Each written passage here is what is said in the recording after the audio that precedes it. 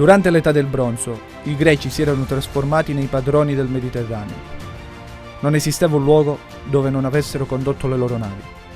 Con la caduta del sistema miceneo, venne a mancare anche questa loro peculiare caratteristica. Salutati così gli amici di Broglio, diamo inizio alla seconda parte di questa splendida puntata. Affronteremo diverse tematiche, tra cui il fenomeno della colonizzazione. Sposteremo poi dopo la nostra attenzione al bellissimo centro di Francavilla Marittima e analizzeremo alcuni aspetti della civiltà sibarita.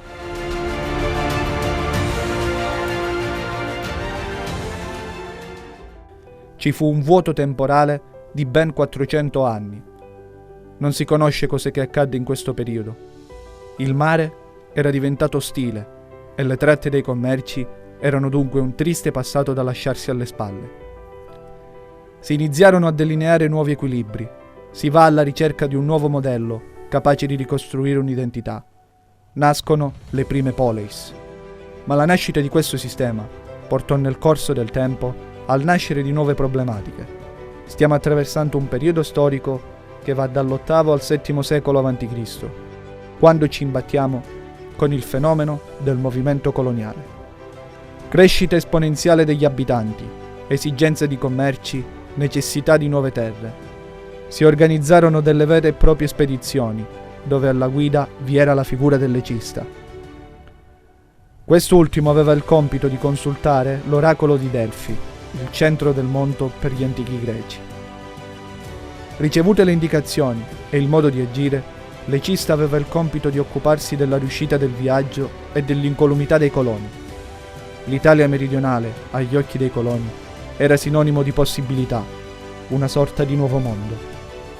Attirati probabilmente da diversi fattori, come il nostro clima, la nostra terra, il mare, i nostri fiumi, capaci di ricordare la loro terra.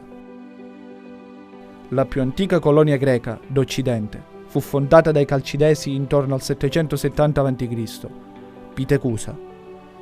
In Sicilia, Corinto, intorno al 733 a.C., fondò Siracusa.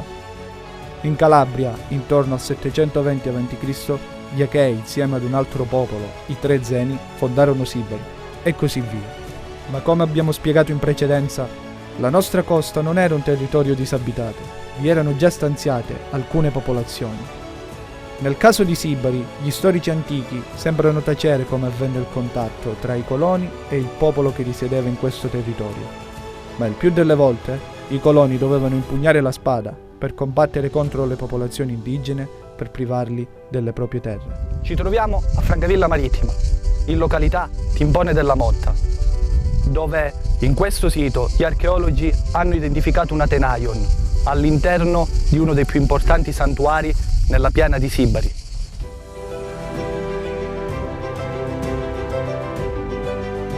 Pare che una delle numerose tecniche utilizzate dall'impero sibarita per esercitare il dominio sulle popolazioni locali era la creazione di nuovi santuari dove svolgevano un vero e proprio luogo di incontro tra popolazioni di cultura indigena e popolazioni di cultura greca.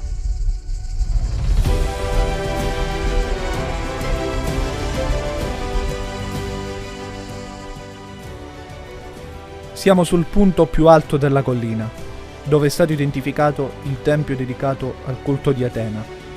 Lo stato della ricerca, che ancora oggi è attivo, ha portato all'identificazione di 5 edifici sacri, dove per ogni edificio, attraverso il materiale ritrovato nei diversi scavi, è stato possibile riconoscere una netta distinzione nella costruzione degli edifici.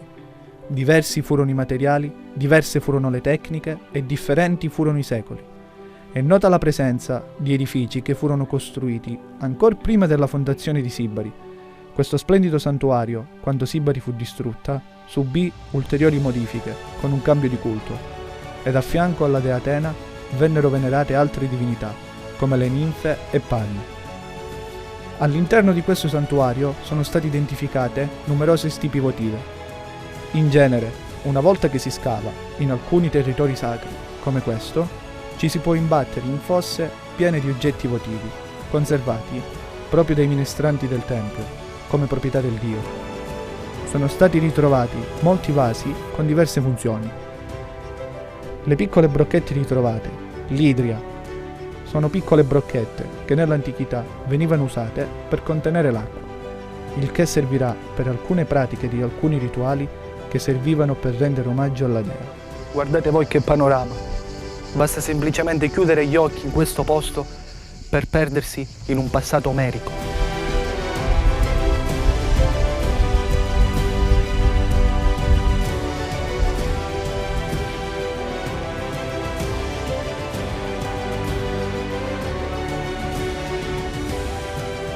Ma la storia di questo immenso territorio non finisce certamente qui.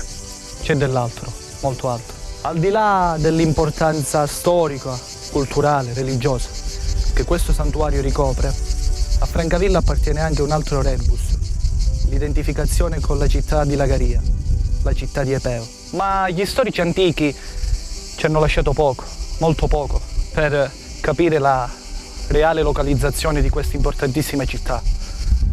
Numerosi sono stati gli studiosi che hanno cercato di basare tutte le loro forze per cercare di individuare questa presunta distanza tra l'antico centro di Turi e l'antica Lagaria.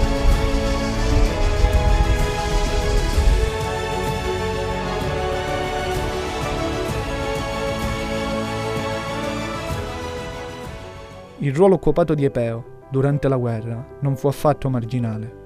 Omero ci descrive le azioni del nostro eroe e il suo ruolo ricoperto durante il conflitto. Lui era il portatore d'acqua per Agamennone e Menelao. Proprio per il lavoro da lui svolto, la dea Atena, mossa a compassione, prenderà Epeo sotto la sua ala, ispirandolo nella realizzazione del cavallo. L'idea fu di Odisseo, ma la realizzazione del cavallo fu da parte proprio dell'artigiano. Omero ci narra anche di una sua partecipazione ai giochi funerari che si erano tenuti in memoria di Patroclo, in un cruento combattimento di pugilato. Ma nonostante tutto questo non si distinguerà mai in battaglia, il che fa supporre che non possedeva le doti di un grande guerriero.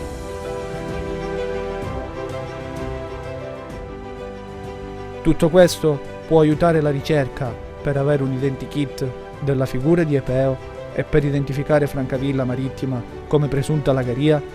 Dovremmo confrontare quanto scritto dallo storiografo Strabone e con gli innumerevoli reperti ritrovati e citati. Dunque riscontriamo un possibile collegamento sul suo ruolo di idroforo, le fonti che abbiamo preso in considerazione e i numerosi ritrovamenti qui a Timpone Motta, e unendo questi diversi elementi che otteniamo la possibilità di trovarci sul suolo dell'antica Lagaria. Ma capirete che non basterebbe un semplice documentario per risolvere questo enigma che attanaglia lo studio di numerosi ricercatori. Lasciamo Francavilla e quel dolce profumo di liede che ci stava deliziando.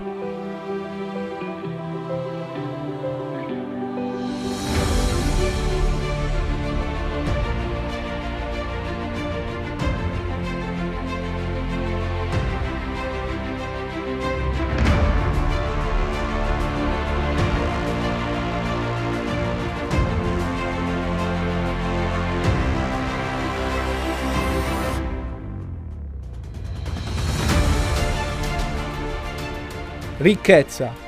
Nessuno degli storici antichi si è soffermato nel descrivere i particolari, ma possiamo estrapolare alcuni eventi attraverso alcune opere principali che indirettamente ci permettono di interpretare ciò che le fonti non ci dicono.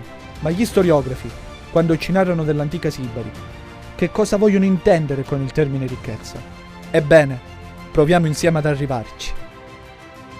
È proprio in questo territorio che gli Achei avrebbero conosciuto i primi frutti di questa magica terra, l'olio e il vino. L'olio, nell'antichità, era uno degli elementi principali, oltre ad essere il più prezioso. Veniva utilizzato in tantissime situazioni.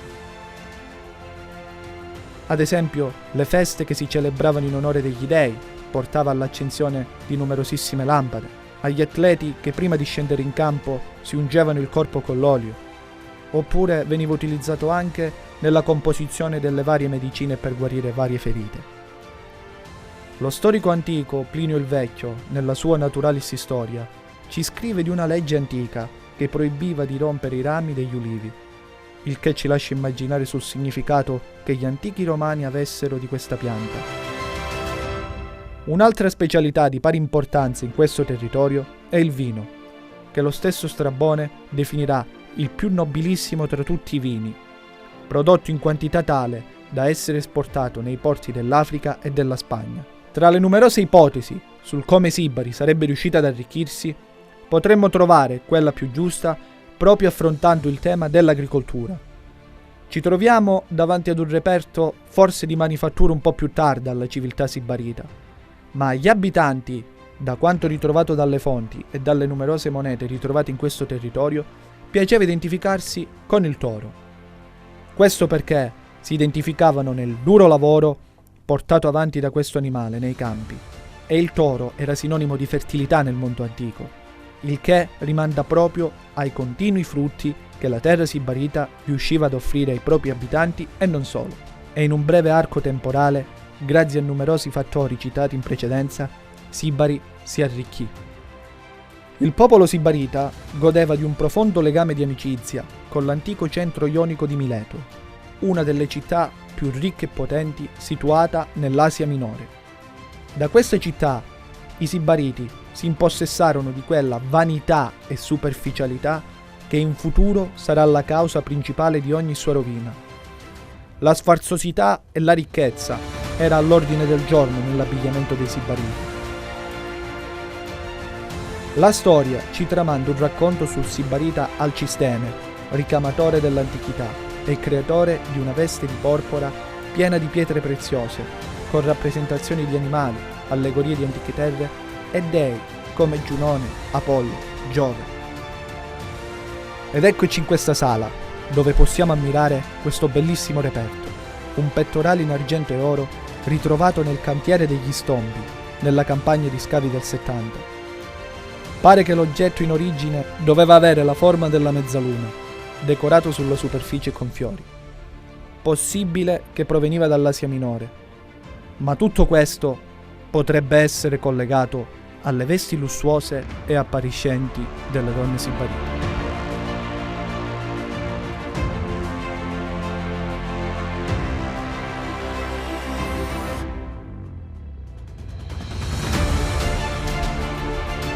Lo storiografo Strabone ci parla di ben 25 città assoggettate al potere di Sibari, ma quali sono? E in che periodo ci troviamo? Questo dettaglio non fu specificato dalle fonti. Da quei pochi riferimenti storici e dai ritrovamenti archeologici, pare che il periodo d'espansione di Sibari sia riconducibile intorno al VI secolo a.C. Le città in questione sarebbero l'antica Temesa, Clampezia, Pandosia, Poseidonia, cioè l'attuale Pestum. Sibari ormai traboccava di potere e la vicina Crotone non se ne restò di certo a guardare. Le due colonie achee non godevano di un ottimo rapporto, visto le disuguaglianze e le stravaganze che distinguevano la potente Sibari da tutte le altre colonie, ma le situazioni stavano cambiando. Ci troviamo alla fine del VI secolo a.C. Nascono dei contrasti in campo politico. Un aristocratico, che si era posto alla fazione dei democratici, riuscì attraverso un colpo di stato ad impossessarsi dell'antico centro sibarita. Questa azione porterà un'importante fetta di cittadini a rifugiarsi dalla sua antica rivale, Crotone. I sibariti chiesero il rimpatrio dei propri cittadini, ma non ottennero la risposta sperata. Sibari dichiarò guerra a Crotone, convinta nei propri mezzi di poter distruggere la sua antica rivale. I cronisti storici ci parlano di un esercito sibarita composto da 300.000 unità contrapposte alle 100.000 dei crotoniati, dove in questa battaglia i crotoniati ebbero la meglio. Ma agli antichi crotoniati non bastò semplicemente soltanto la vittoria. Deviarono il corso del fiume, distruggendo per sempre il nome dell'antica Sibari.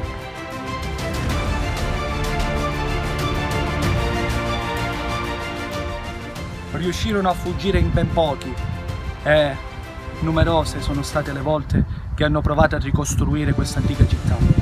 Bisognerà aspettare il 444 e la spedizione ateniese di Pericle, ma questa è un'altra storia.